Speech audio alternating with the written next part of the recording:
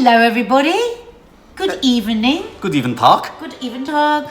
Good Morgan. I don't know why we're speaking Good in German. Mortensen. Good Oh, Mortensen. Viggo Mortensen. Welcome to our YouTube channel. If you're new to it, please subscribe and hit the notification bell because we put a whole load of stuff up here and we would hate you to miss anything. We are here to review the movie Green Book, starring Mahershala Ali and Viggo Mortensen. Wow, that is a couple of names to conjure with. Directed Great by names. Peter Farrelly, who's one of the Farrelly brothers, who, interestingly, you'd know him from directing There's Something About Mary and Dumb and Dumber. So I didn't like Something About Well, Mary. no, but they're sort of real slapstick comedies that he's done in the past. So this very much is a sort of almost coming-of-age film for him as a director. So it stars Mahershala Ali, who obviously won the Oscar for Best Supporting Actor last year for Moonlight. Viggo Mortensen, who I think was nominated for Best Actor for... We love him in Captain Fantastic. Captain Fantastic. Oh my God. There's a film all about an extreme home educating father. If you haven't seen it, if you check haven't it seen out. it, it's a treat. Check it. So this is the true story, or as it said at the beginning, inspired by true events. And I'll tell you why they say inspired by true events later, because there's been a bit of controversy about this film. It's based upon interviews with Tony Vallelonga, who's the character played by Viggo Mortensen. So the film is co-written by Vallelonga's son, Nick Vallelonga, alongside Peter Farrelly. Yeah, based on conversations and chats with his father about his relationship with Don Shirley, who's the character that Mahershala Ali plays. And in fact, apparently, the real-life character of Tony Vallelonga, I think he has cameo appearances in films like Goodfellas by Martin Scorsese and stuff like that. So he was. I kind of wish I had known it was a true story before I started watching it. This is Oscar fodder. I mean, this is top drawer Oscar fodder. Because we go to the cinema a lot, we'd seen all 5 of the sort of trailers that were out. So we had a pretty good sense of what I was a little bit trailer weary with this I one. was, because we were repeating trailers. Well, interestingly, going into this, Kiki, who is our sort of most acerbic of critics. She's our youngest daughter, and she sometimes pops up in reviews. I mean, if Kiki likes your film, you're onto a good thing. But her line on it was, what was her response to the I'm not trailer? going to go and see it. I've seen the trailer. It looks awful. They're trying to force that it's emotional. It's not emotional, it's eggy and cringe. There you go. So, and I think there is a kernel of truth in what she was picking up from the trailer, because my initial take on this film, and my initial take on this film was confirmed almost within the first 10 minutes, is that it's a very simple story. And it's a very... unsubtle. Well, it's unsubtle, it's very gentle. It's gentle, but it's unsubtle. We established that Tony Vallelonga, played by Viggo Mortensen, is, from a lower... Brilliantly, I might say. Well, brilliantly portrayed. Well, you say brilliantly portrayed. I was a little bit uneasy with him right at the beginning, and I don't know whether that was because I was so used to him in another part that I knew how much of a stretch this would be for him. But I was just completely... I believed him from the first second. Yeah, you were commenting right down to his physicality, and I mean everything about him was just... You could almost smell him. Well, I literally could smell him at times. He looked smelly. It started with a really wonderful sort of Scorsese scene in the Copacabana nightclub, and you get a real sense that he's a doorman and he throws people out, and he's hustling. He's very handy. Very handy, and he's hustling for money because he takes the hat of the top gangster and then ends up sort of taking it back and stuff like that. He says later in the film, every day of my life I hustle to put food on the table. Yeah. So he basically goes and gets interviewed by Don Shirley, and basically, I'm saying all of this because this is the setup for them to effectively go on a road trip movie, isn't it? It's a road trip and a buddy movie. It's a road trip, male buddy movie, yeah. Buddy movie. I mean, I have to say, almost quite early on, I was reminded of. Do you remember Driving Miss Daisy? I never saw that. Driving Miss Daisy with, oh my God, Morgan Freeman and Jessica Tandy. Quite early on, we're shown what the Green Book is, and I thought that was one of the most fascinating parts of the film. The Green Book was a book written by a chap called Victor Hugo Green, and it was a guide for African-American travellers travelling across America to stay in black-friendly accommodation. No, but what was the strap line on the front? It was to avoid aggravation. Navigation to avoid aggravation. That's what it said. And I thought, as an idea, I thought there was the documentary maker in me was thinking that would be a fascinating portrait of America through the Green Book. So as a premise, I quite like that. You're given a sense of Viggo Mortensen's family at home. He doesn't want to leave. It's a very loving Italian, isn't it? Sort of working class Italian family. But there was one scene right at the beginning that I had a bit of trouble with, and I really struggled with it. It was a scene where they had 2 guys coming around to do some handiwork in the kitchen, 2 black guys.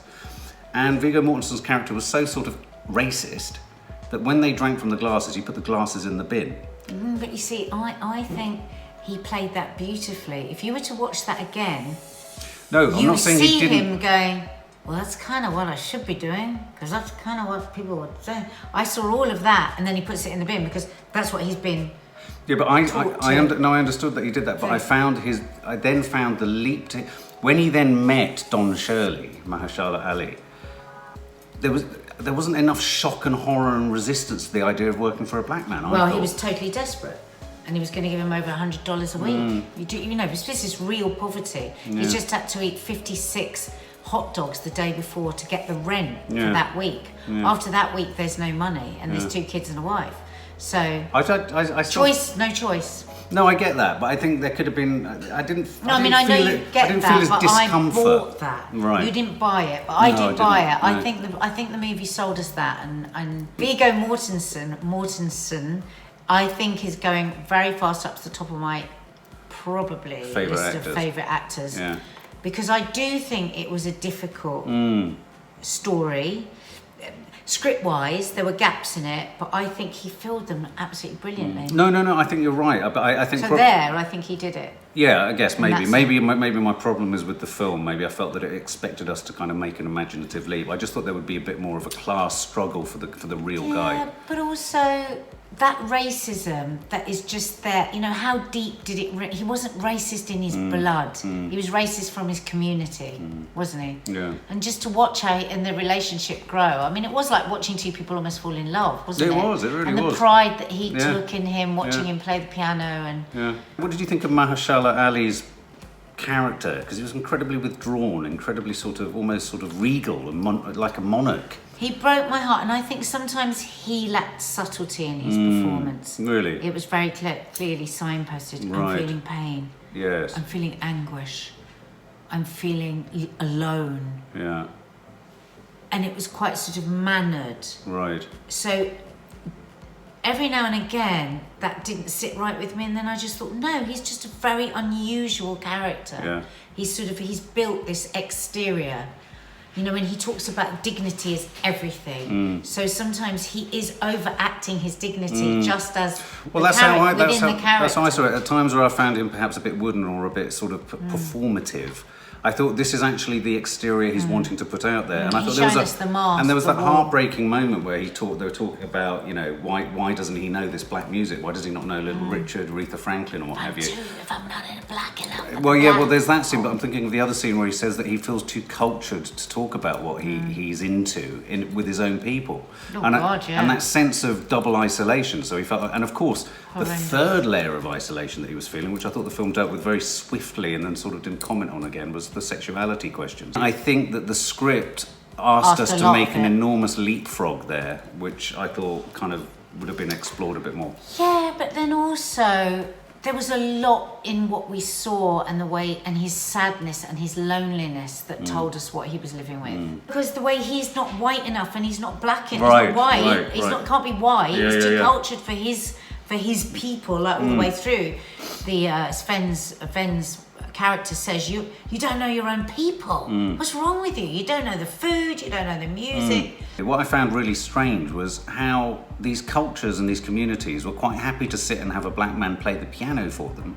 And so you have this real injustice, but this strange inverted snobbery. You sort of think, well, if you can't stand or don't you believe in the subjugation of black people, why would you want to champion a black pianist in any way? I found that a deep contradiction. I mean, obviously it was the case, but maybe it was like a freak show.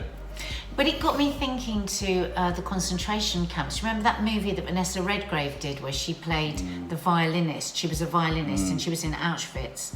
And the Germans created this orchestra from all these brilliant musicians that were in, but they were still starved and beaten, but then brought out and had to play. Right, and it reminded me of that. How but we're talking about such monstrosity, aren't we? Such monstrous ways of thinking and being that I suppose I mean, they're almost psychopathic. It was almost psychopathic. Well, I mean, there's that one scene in that particular restaurant where he sort of, the toilet scene before the restaurant. There was no, that's right. Yeah, there was the one in the sort of plantation house. Yeah. And they end up driving all the way off to kind of, because he refuses to go there. I mean, I thought it was really, I liked how gentle it was in its resistance to racism. And I liked also how gentle it was. It didn't go for, I mean, there were obviously two very violent, there was one very violent scene. But I thought it was handled it wasn't sort of gratuitous, it wasn't sort of, it wasn't overt. It was the gentle drum, again, of the racism. I mean, I found myself fascinated by the white people who were listening to him. I was thinking, who are these people? Who are these people booking him, but won't let him use their toilet, but they'll let him play a Steinway piano? I suppose in a way it was still servitude, wasn't it? He was doing something for them. But I mean, for me, so I had... The police. I mean, when the police came and all that scene, I found that so disturbing. And again, it was exactly like The Hate U Give, when they just stop for no reason, that police brutality. Exactly like the scene in Hate U Give. Yeah. I was enjoying it, but I found it a little bit obvious to begin with. That subtlety. But then, really, there was a sort of point, and I think it was actually strangely the point with the sort of fried chicken scene, where I was transfixed with their developing friendship and their love affair, as you say. I thought the way they played it and I felt more and more comfortable with each of them in every scenario that we then hit. I thought like you said, he exuded in his physicality and just the way he was prowling around, always restless, Viggo Mortensen. And whereas Mahershala Ali was very still and very, even in his drinking and even in his, and I thought there was some really sort of, if you describe them, some really quite sort of hackneyed and cliched scenes, like going into the sort of, the speakeasy bar where he kind of jumps on the piano and they play. But you know what? By that point, you kind of let go and you run with it. And so for me, it was almost like it was almost the filmic equivalent of easy listening. Yeah. And yet it was easy watching. And yet it was, it was very disturbing and upsetting as well. Yeah, it was. It was very disturbing, upsetting, but in that sort of, but done in a very sort of, well, in a way that, ironically, is palatable to a mainstream audience. So a mainstream audience would sit there and not be able to dismiss it as something, that's too extreme or too unwatchable. You get subtle and unsubtle at the same I know what you time, mean. I know what you mean. Yeah. I think it was clever. I think it was a clever film because, like you say, it's an incredibly warm film, but it's terribly upsetting at the same time. So I like the way they inverted that conversation where Viggo Mortensen's talking about the fact that he's more black than him because he lives a life. He's been in the Bronx, he's been in his neighborhood all his life as his father and his father and his father, whereas Mahershala Ali's life is very outside of his own culture. And so I thought it was a very bold and very brave, actually, piece of scripting to have a white man say, in any film, I'm blacker than you. Yeah. Because of the authenticity, if you like, of my experience. And I thought that was... also to see him just change his mind. Yeah. Oh, that was lovely. Just go against what he'd just been given since birth and living in the neighbourhood that he lived in and the big family. I loved that. But what I loved as well was that they both changed their minds about each other. And that was such a lovely transition. And I think the charm of this film, and it really is a charming film, somebody at work today said it's a deer film. It is a deer film. That is a nice way to describe it. But it's the slow, gentle evolution. When I think of the scenes, I think of them both looking at each other and listening to each other. Although Viggo Mortensen's characters is the jab, jab, jab, lip, lip, lip, lip.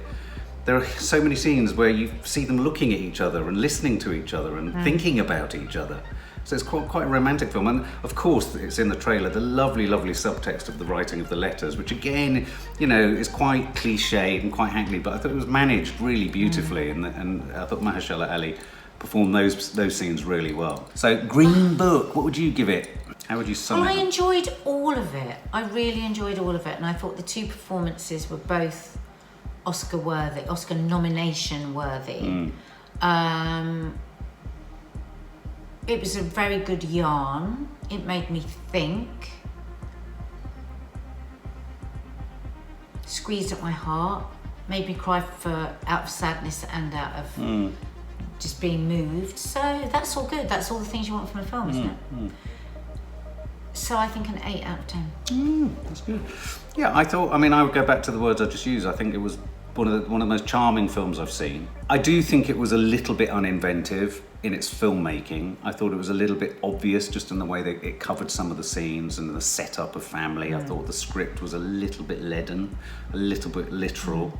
And there was... Felt a little bit low budget at times. Not necessarily A low tight budget, just nine. not A particularly... tight Well, nine. yeah, I know what you It mean. was a Yeah, tight- tight nine. at one Yeah, point, you I have think a it was a family of tight 9 of them 12. on a sofa. Yeah, just to explain, that's a 12 shot, 12 people in a shot. I thought there were some imaginative leaps we were expected to make from racism through issues around sexuality, which I just thought creaked a bit for me. I thought they could, and I thought both actors would have been able to deal with really complicated scenes Yeah. around those. A lot, you know, you had two Yeah. great actors who could have dealt with that stuff. Yeah. So I thought the director missed a trick there. Maybe they shot it, maybe they cut it, I don't know. All in all, I loved it, but it had the veneer of, as I say, easy listening and easy watching, and so it didn't quite have Does that have to be a part? I don't think that does have to be a part. When tackling big issues. Yeah. No, I agree. So I think, you know, where the filmmaker in me was tugging for a bit of grit and cleverness in the filmmaking, actually, I was sitting back and I was thinking, these two guys have really won me over.